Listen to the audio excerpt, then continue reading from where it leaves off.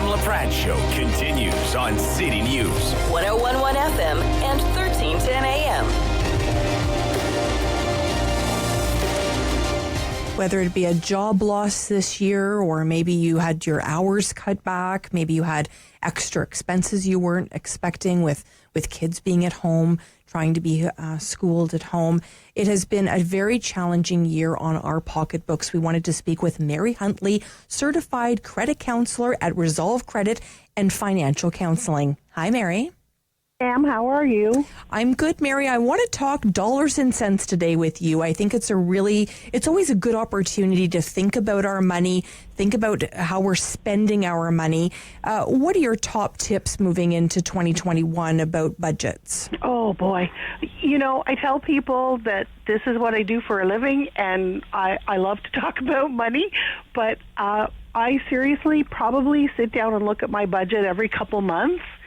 And I really encourage people to take a hard look at the numbers, really drill down what you're spending and where, and think about where you might want to make some changes or where you could make some changes.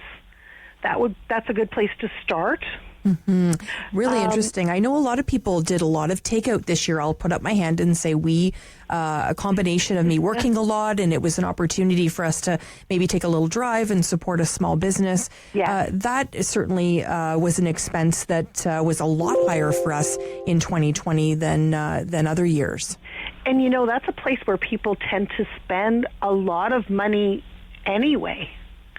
I see that regularly, that people do a lot of takeout. You know, we lead busy lives. People are taking kids to activities, usually, not now. But, right. Yeah, you know, think about where you could get better bang for your buck with the food budget. Mm-hmm. I do find, though, that groceries have gotten more expensive as well. That's one of the things that we've been talking about as credit counselors, that just the general cost of living is going up like crazy. And it's really challenging to plan. I mean, I think that has really been, of course, this year, whether it was, you know, planning to take a trip. We've heard lots about people taking trips, as you know, Mary, planning trips. You know, all of that was put on the back burner. And in many cases, people invested a lot into their homes. They did hot tubs, or they did some maybe extra landscaping. Yes. They spent their money differently in 2020. I've seen a lot of people in my neighborhood doing renovations. Absolutely. Mm-hmm. I wonder, though, did they actually have that money to pay for it, or did it all go on credit? Right. Even the people, I know a lot of people that travel, they put that on credit cards or lines of credit, and then they pay it off later, or they think they're going to pay it off later, right? Mm-hmm. Really, really important message there, because I think a lot of people just can't get caught up then, right? It's true. It's true. And then something unexpected happens, a job layoff or whatever, and then they've got that money already out there on credit, and then the income's down, and then they're building that credit up even higher. So, Mary, you know, when I think about financial literacy, I certainly, you know, in my generation, my parents didn't sort of sit down and sort of walk us through what a credit card was or anything like that. Mm-hmm. How can we be different for our children? I think financial literacy is something, there's those temptations, as you mentioned, of the credit cards and lines of credit. How can we talk to our kids so they don't get into the same challenges that maybe some of us have? I think it's really important to teach children the value of money. A lot of kids don't get allowances anymore. They ask for something and they get it. So they don't really have a sense of what things cost or where things come from. So I do really like an allowance where children are learning that, hey, I may have to save up my allowance for a few weeks to get that one thing that I want. Mm-hmm. Also, as they're older, in their teens, late teens, a lot of 20-year-olds now still live at home. I think, you know, don't hesitate to sit down with them and say, look, here's what it costs to run this household. Because young people don't necessarily have a sense of what it costs to live on their own, or where that money's coming from. Mm-hmm. Really, really, really important. We're speaking with Mary Huntley from Resolve Credit and Financial Counseling. Mary, as we, sort of think about 2021 and where we want to invest our money, is that something that's a wise thing to do right now? I think investing is different for everyone. It depends a lot on your comfort level. Certainly you don't want to invest money that's going to be at risk unless you are mentally and financially prepared to take some kind of a loss if it happens, or look for ways where you can kind of keep that safer, like tax-free savings accounts, that kind of thing. It really depends on the individual as to where they want to invest and how. Mm-hmm.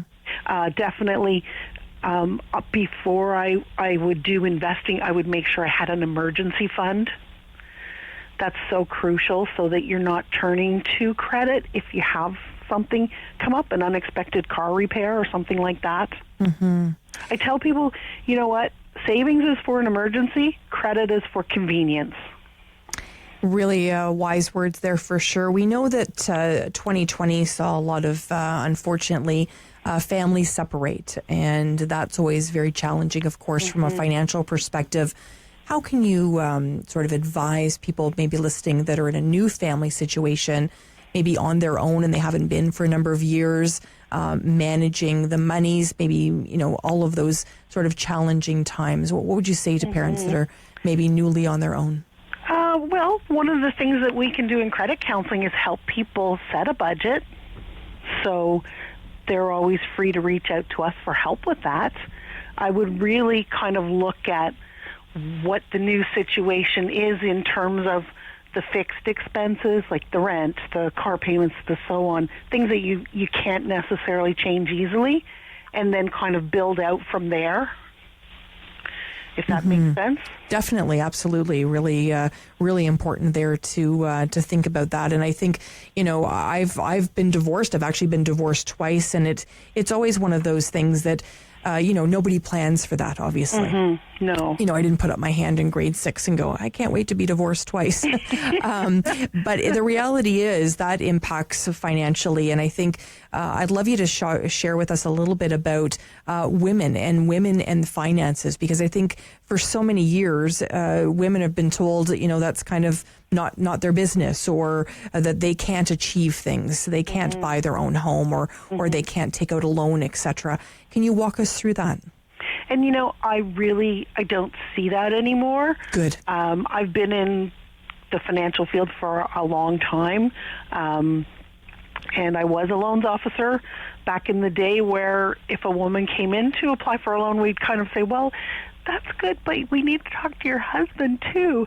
That doesn't happen anymore. Excellent. And women know that. We're not living in the dark ages. They know they have those financial goals that are independent of having another person in the household. So it may be a little bit more challenging to meet those goals, but definitely it's not out of reach. And for someone that's maybe saving to buy their first home, we know real estate prices have really grown in 2020. In some cases, upwards of 20%. We've seen a really substantial growth this year. Is it challenging for people to save that down payment, Mary? It is. It's hard. It's hard to do any savings, really. I think that a lot of it is that you make it a priority. It goes back to that old saying, pay yourself first.